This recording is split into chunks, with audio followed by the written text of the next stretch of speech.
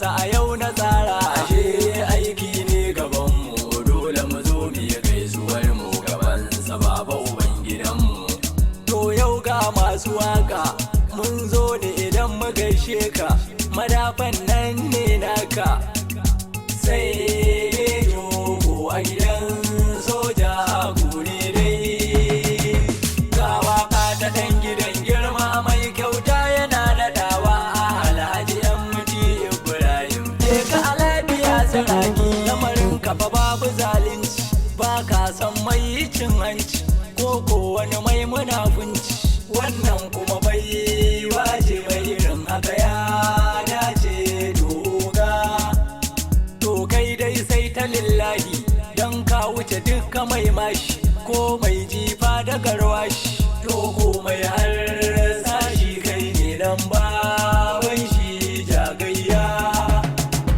Ga waka ta ɗan gidan girma mai kyauta yana naɗawa Alhaji MT Ibrahim. Je ka alabiya saraki, zaki kake sa mazakirma kuma mai tari na alfarma.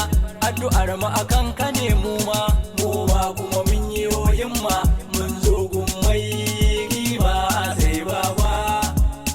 Allah ya tsare dukan sharri, ya haɗa ka da dukkan alkhairi. Garkuwa na gumal a gaishe ka, domin ba hali irin naka kowa na san ya raɗe ka mai kyauta.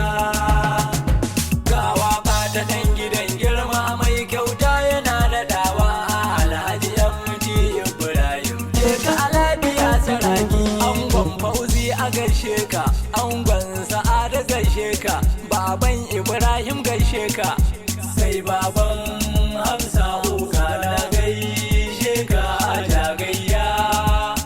Allah ka ji kan mama, Allah ya ji kan baba, rahama fa ya kai makwancinsu.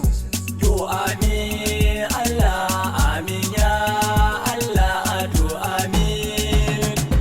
Ga waka ta ɗan gidan girma mai kyauta yana naɗawa Alhaji MT Ibrahim. Je ka alabiya saraki, taka lafiya mai gida, mu ma fa muna yi ma addu'a Alhaji MT